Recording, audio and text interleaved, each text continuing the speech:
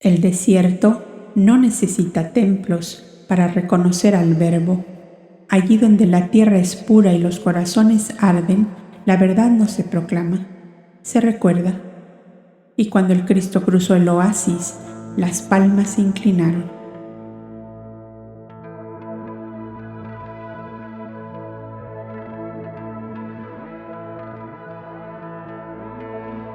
Bienvenidos a Voces de la Biblioteca Upásica. Soy Silvia Martínez y aquí las palabras despiertan memorias antiguas. Exploramos sabiduría ancestral, luz interior y mensajes para el alma. Suscríbete y acompáñame en este viaje sagrado. Comenzamos.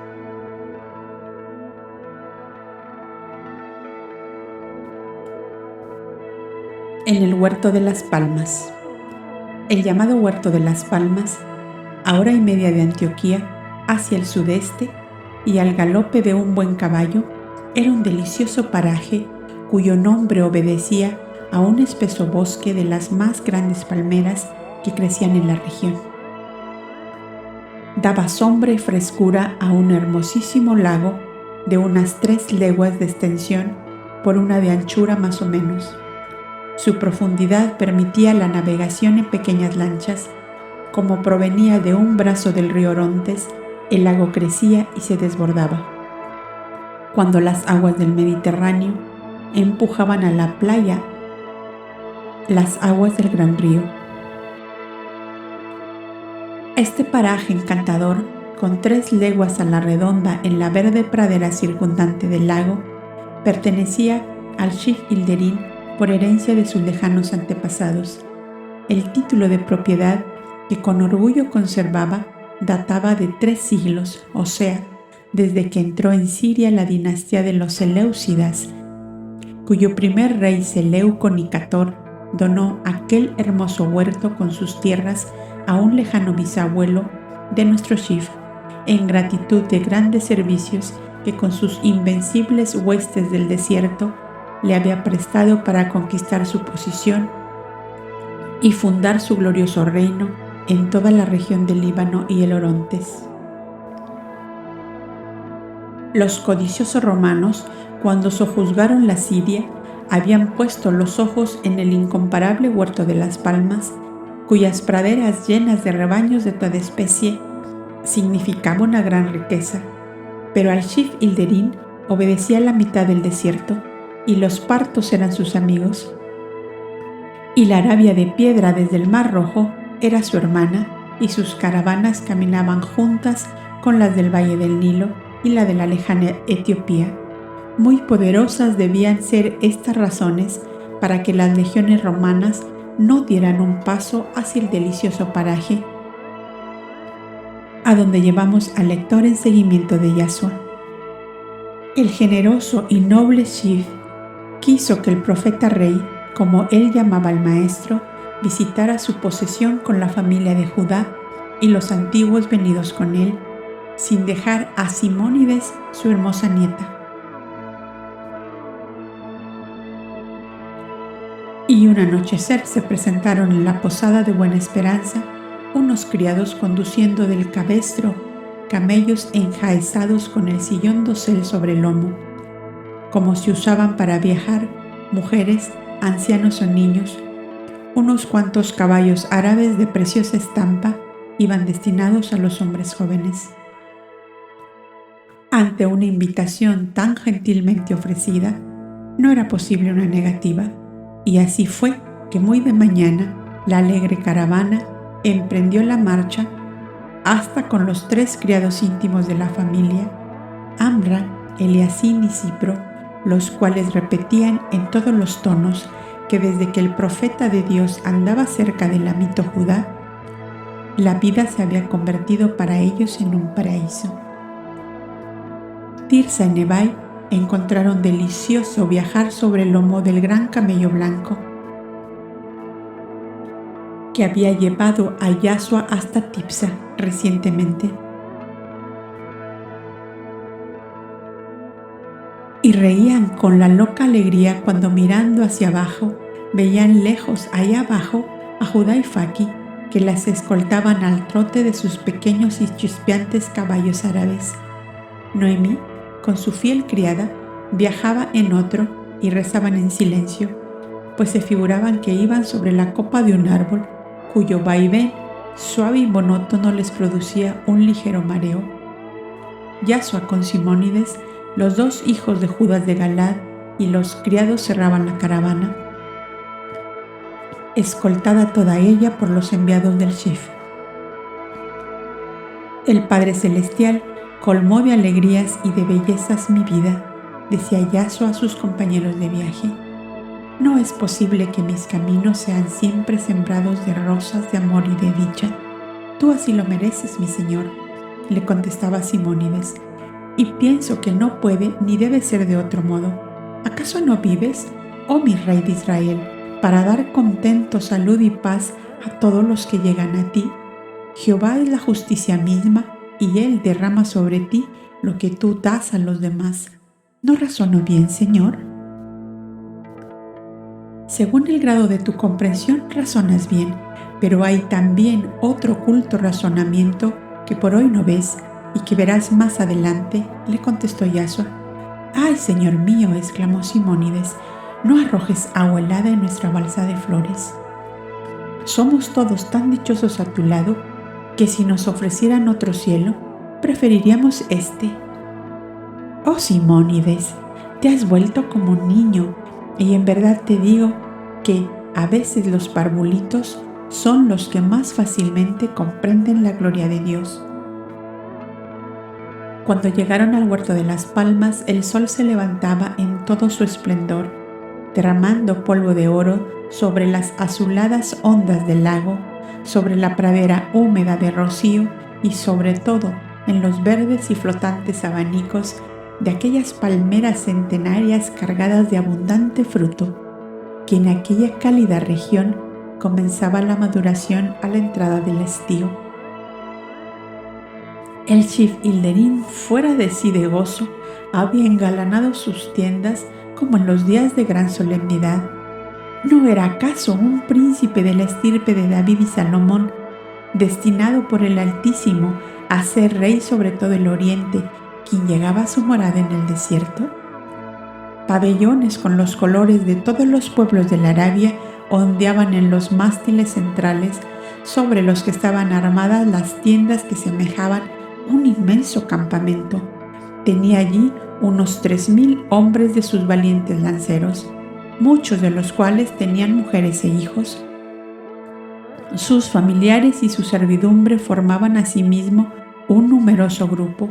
Era pues un pueblo de tiendas frente al lago, en cuyas ondas de cristal se retrataban las altas copas de las palmeras, los mástiles adornados de gallardetes y banderas, y los 3,000 lanceros que formaban larga fila, haciendo brillar al sol sus lanzas y jabalinas, y ondear al viento los penachos de plumas de sus turbantes.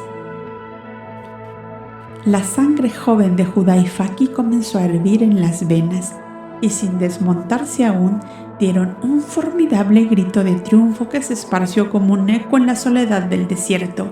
¡Viva el gran Rey del Oriente, gloria de Israel!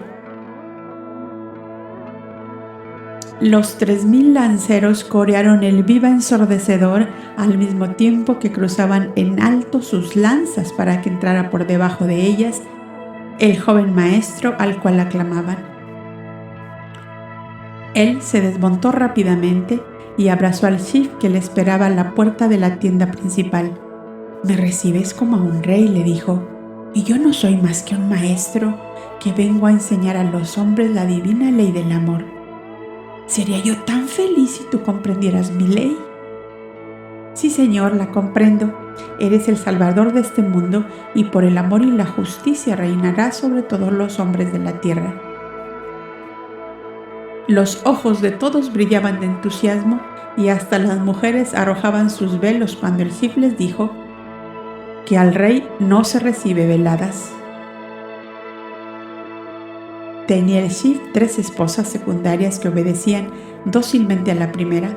una austera matrona de 40 años que aún conservaba los rastros de su belleza juvenil. A Sara, dijo el Shif, este es el soberano, al cual servirán de escolta nuestros hijos y nuestros nietos. La mujer se inclinó a besar la orla de la túnica blanca de Yashua.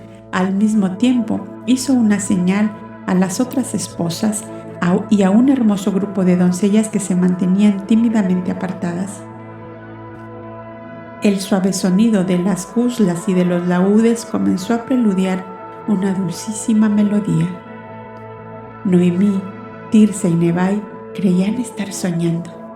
El anciano Simónides lloraba de alegría y Judá y Faki, los dos hijos de Judas de Galad, llegaron a creer que de verdad Yashua iba a ser coronado rey de todo el oriente. Tal era el ambiente de solemne majestad que se respiraba a la puerta de la inmensa tienda encortinada de púrpura y flotando al viento los vistosos pabellones de Arabia.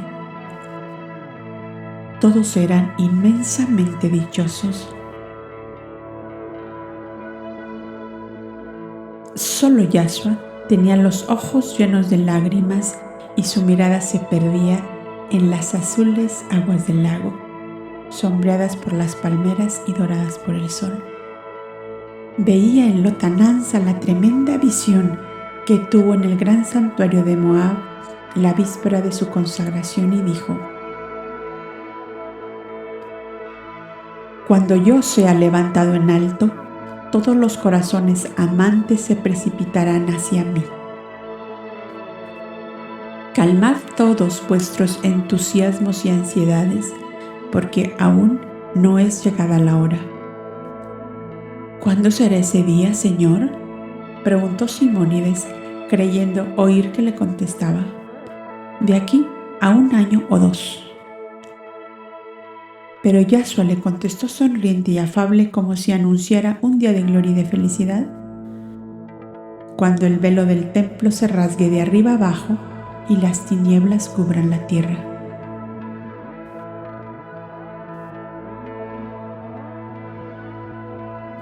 Un nuevo personaje que apareció en ese instante por la puerta interior de la tienda llamó la atención de todos. Era un anciano de alta estatura, enjuto y seco como un haz de raíces, de color trigueño, de una palidez mate y con unos ojos profundos y negros, llenos de inteligencia y de bondad. Vestía larga túnica blanca de tosca lana, ceñida a la cintura por una tira de cuero sin curtir. Llevaba en sus 2 manos, un tanto levantadas, una cinta de oro, ancho de 2 dedos puestos de plano, en la cual brillaban como ojillos de rojo fuego 70 rubíes. Es nuestro patriarca Bet-Gamul, dijo el Shif Hilderín, el ermitaño de los montes Tadmor.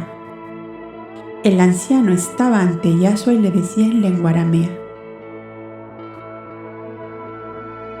Profeta del Altísimo, tu día comienza y el mío termina.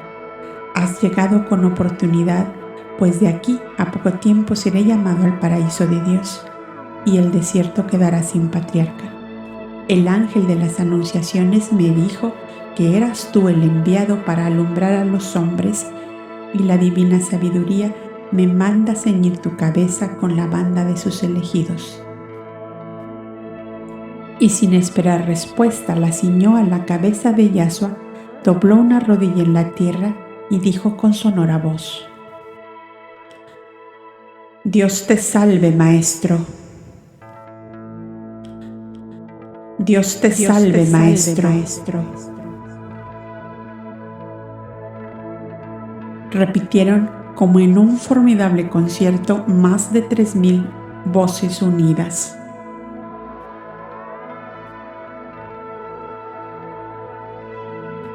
Noemí, Tirsa, Nebai y Amra, como sobrecogidas de un delicioso pavor, habían caído de rodillas y plegado sus manos sobre el pecho.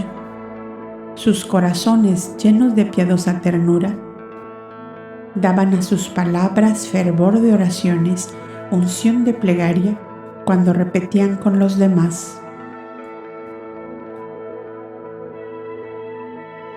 Dios te salve, Maestro.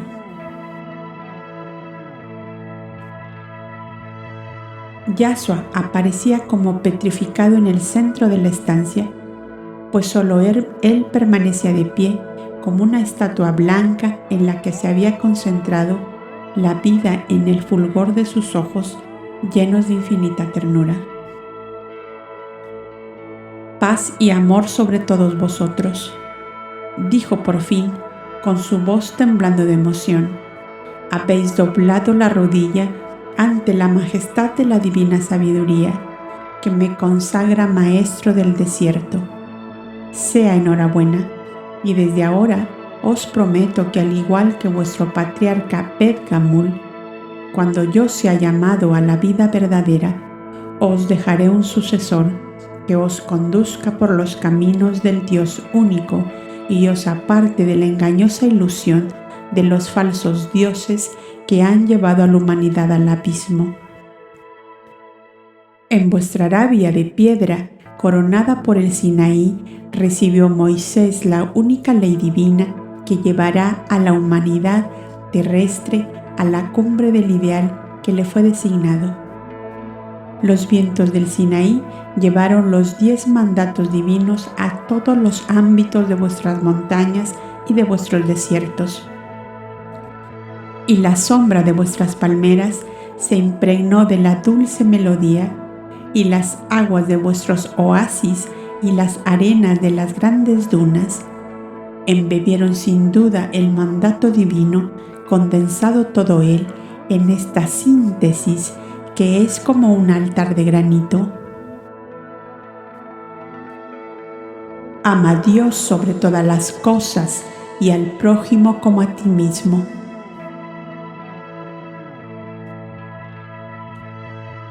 El viejo patriarca se fundió con el joven maestro en un estrecho abrazo y éste dijo en alta voz: En ti abrazo a todos estos lanceros del desierto, a los cuales pido desde el fondo de mi corazón que no levanten jamás sus armas, sino en defensa de los débiles, de los perseguidos, de los desamparados, pues sólo así mi boca os podrá decir: Bienaventurados los que tienen hambre y sed de justicia, porque el Eterno les hartará de ella.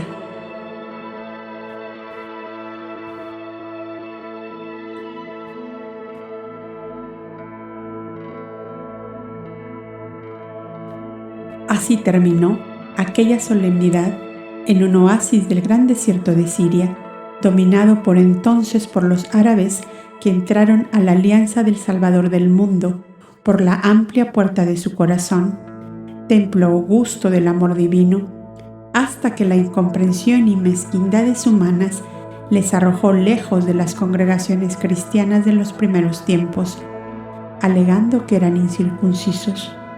Como en la Edad Media, se les quemaba por no haber recibido las aguas del bautismo eclesiástico. ¿A qué pequeñeces queda reducido en el sentir y pensar de los hombres aquel sublime: ama a tus semejantes como a ti mismo, en que el Cristo divino fundamentó su enseñanza? Después de la comida del mediodía, una caravana de botes llenos de doncellas, de jóvenes y de niños, pobló de risas y de cantos las aguas tranquilas del lago. «Id vosotros con la juventud y con la niñez», dijo Yashua a sus jóvenes amigos. «Yo haré compañía al Sifilderín, al patriarca Bet-Gamul y a mi buen Simónides, que se ha convertido en mi sombra». «Que sea por mucho tiempo, mi señor», contestó el anciano sentándose en el diván central de la tienda donde se hallaba el maestro. «¡Qué gran conquista ha hecho el desierto en este día!», dijo el Sifilderín. «El futuro rey de Israel es el maestro y es el profeta del desierto». «Y esto significa», añadió el patriarca Bet-Gamul, «que es el consultor y el juez supremo en los asuntos y contiendas que no puedan esclarecer los jefes de las tribus.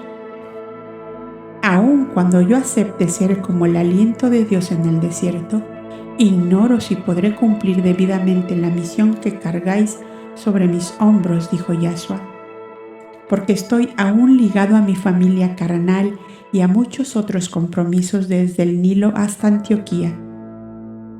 Pero si vuestra voluntad hacia el bien y la justicia es grande, entre todos podremos llevar la gran carga que significa propender a la dicha y a la paz en el desierto.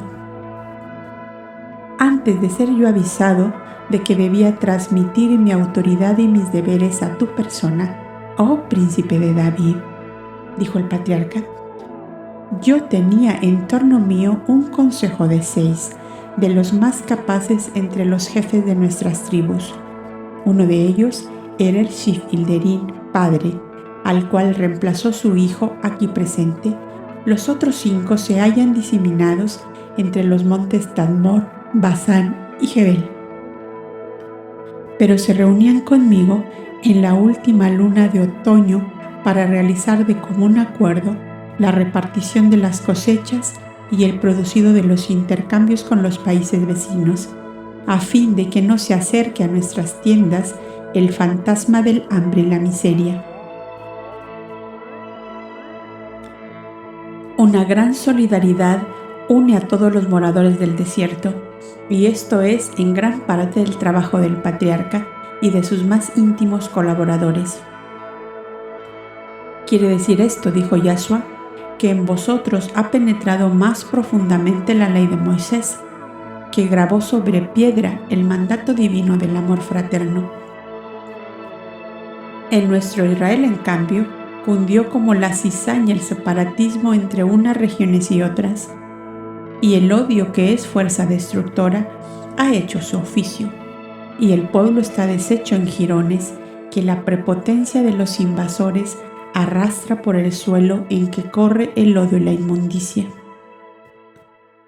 Reconstruir por la fraternidad y el amor todo lo que destruye el odio de los hombres es y será siempre la obra que salvará a la humanidad. La conversación habría continuado subiendo de tono en este sentido, a no ser porque agudos gritos de auxilio hendieron los aires puros y diáfanos que flotaban sobre el lago del huerto de las palmas. Todos salieron de las tiendas con gran precipitación, un tumulto y una gritería en que se confundieron llantos de mujeres y gritos de niños con voces de mando de los boteleros, formó un formidable laberinto. Ni un solo bote había quedado en el pequeño muelle para correr al socorro de los que pedían auxilio. Nadie sabía lo que pasaba. La esposa y los hijos del Shif-Hilderín habían ido también al lago. Unos cuantos hombres de armas se despojaron de sus ropas y se lanzaron a nado. Pero la distancia era larga, pues el tumulto ocurría casi al otro extremo del lago.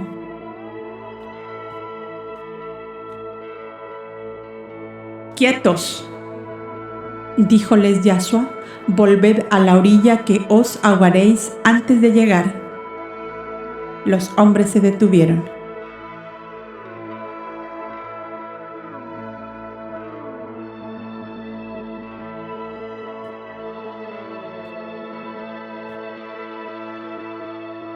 Algo como una llama de luz vieron que envolvía al maestro, y una oleada formidable de viento lo empujó sobre el nivel de las aguas que se encresparon ligeramente.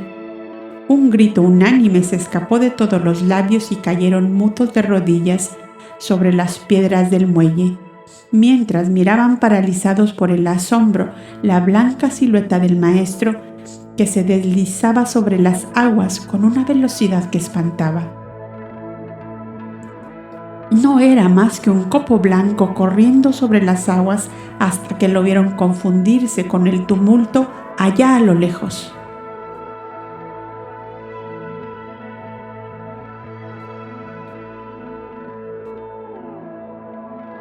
El viento de Jehová le ha llevado para salvar a los náufragos. Gritó Simónides como enloquecido de estupor: «¡Sálvale, Señor! ¡Sálvale, que no perezca él por salvar a los otros!». «Es en verdad el Hijo de Dios», dijo a media voz el patriarca, «y le obedecen los elementos. No temáis, que Él es más fuerte que las aguas y que los vientos». El Shif Ilderim, pálido como el lienzo de su turbante, parecía no respirar siquiera, y que en sus ojos inmensamente abiertos devoraba la distancia que le separaba del tumulto de los botes y de los embarcados en ellos. Les pareció un siglo el tiempo que pasó hasta que las pequeñas embarcaciones comenzaron a acercarse lentamente a la costa. La imprudencia de unos cuantos jovenzuelos que iniciaron carreras de lanchas fue la causa de aquel incidente. Habían chocado 3 botes tirando al agua a sus tripulantes. Las lanzas se habían abierto, produciendo la dolorosa escena de un verdadero naufragio, a no ser por la intervención supranormal del maestro, que usó de sus poderes internos de levitación y dominio absoluto de los elementos. Habrían perecido unas 20 personas, entre las cuales se hallaban 2 adolescentes, varón y mujer, hijos del Shif Ilderim.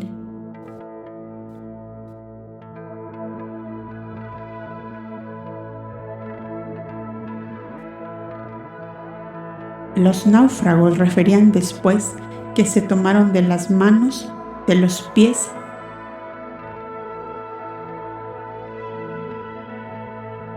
de las ropas del profeta, que se mantenía como una roca blanca sobre las aguas, hasta que se acercaron los botes más próximos en los cuales se les recogió.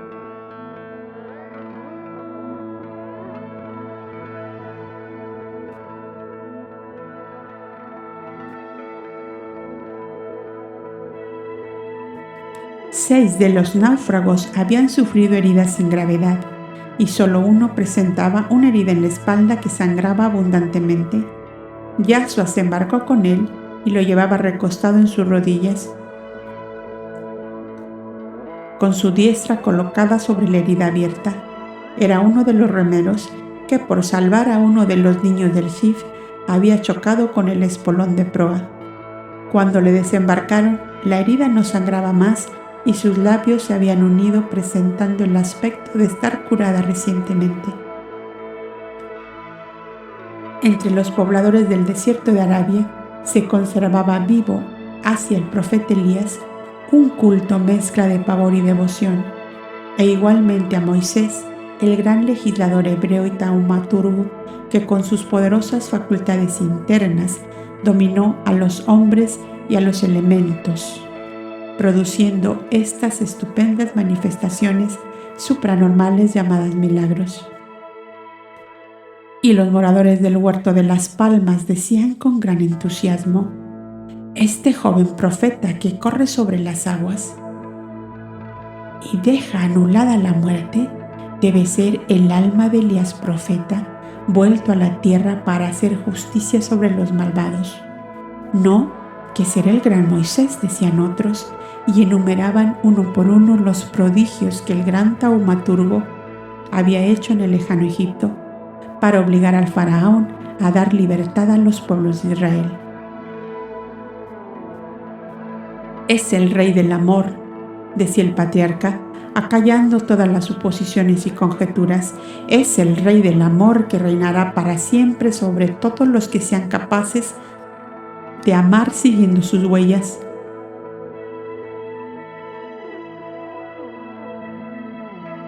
El patriarca árabe Beb Gamul, ermitaño del monte Tadmor en Palmira, era un gran sensitivo clarividente y había sorprendido en la personalidad de Yashua al escogido del Altísimo para la obra de la liberación humana por la magia divina del amor.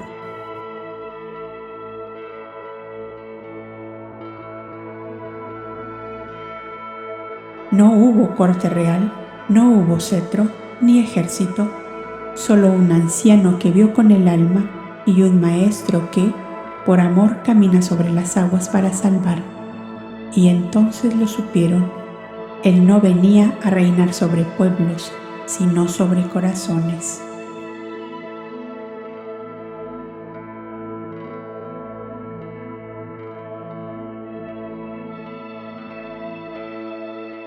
Correspondencias arqueológicas y tradicionales del capítulo en el Huerto de las Palmas. Este capítulo manifiesta uno de los momentos más vibracionales y místicos de toda la obra, el reconocimiento del Cristo por los pueblos del desierto, fuera de todo sistema religioso político establecido. El Huerto de las Palmas, con su lago alimentado por el Orontes, es una matriz iniciática donde se activa una consagración vibracional. No es un lugar cualquiera. Su descripción remite a los antiguos oasis sagrados donde se realizaban encuentros de sabios, caravanas y profetas. Representa el espacio donde la naturaleza, la tradición y el pueblo se unen para recibir al Verbo. La cinta dorada con 70 rubíes, colocada por el patriarca Beth Gamul, tiene un valor simbólico. El oro representa el sol, la conciencia crística activa. Los rubíes evocan sangre sagrada, linaje, amor divino encarnado. El número 70 conecta con la plenitud espiritual. Los 70 ancianos del Sanedrín, los 70 discípulos enviados, los 70 guardianes de los pueblos según las tradiciones hebraicas y esenias. Este acto es más que un gesto ritual, es una entronización simbólica del Cristo solar. El patriarca Beth Gamul, ermitaño de los montes Tadmor, representa las escuelas silenciosas que han custodiado la sabiduría del desierto. Su aparición valida que la luz no solo es esperada en templos, sino también en las grutas, los riscos y los oasis de la memoria ancestral. El milagro de caminar sobre las aguas y sanar con un toque no es mostrado como una prueba de poder, sino como un acto de amor absoluto. Yahshua no flota, camina con firmeza sobre el símbolo del caos emocional colectivo. Redime el elemento agua y lo pone al servicio de la salvación.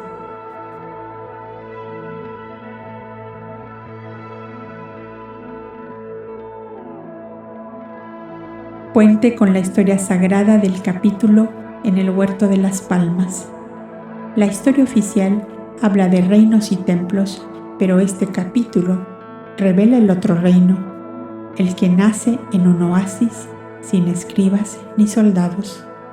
Así como los faraones eran reconocidos por el Nilo, así como el Buda fue coronado por la naturaleza al alcanzar la iluminación, así como los sabios del altiplano sabían leer las estrellas más que los códices, aquí el Verbo es reconocido por la tierra viva del desierto, por un patriarca olvidado y por un pueblo que no necesita dogma para sentir al amor encarnado.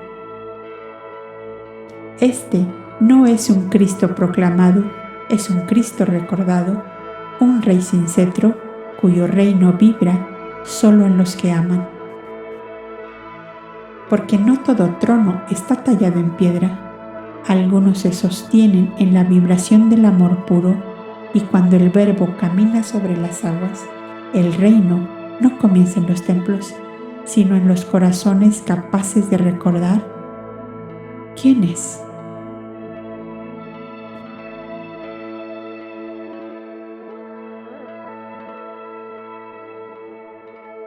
Gracias por compartir este instante de alma. Suscríbete, activa la campanita y acompáñanos en cada episodio o cada capítulo o cada libro narrado aquí. Y si deseas ir más profundo, únete como miembro de este canal. Hay contenido exclusivo para quienes sienten el llamado. Y como recordaba Madame Blavatsky, la mentira baja estrepitosamente por un plano inclinado, mientras la verdad sube penosamente cuesta arriba.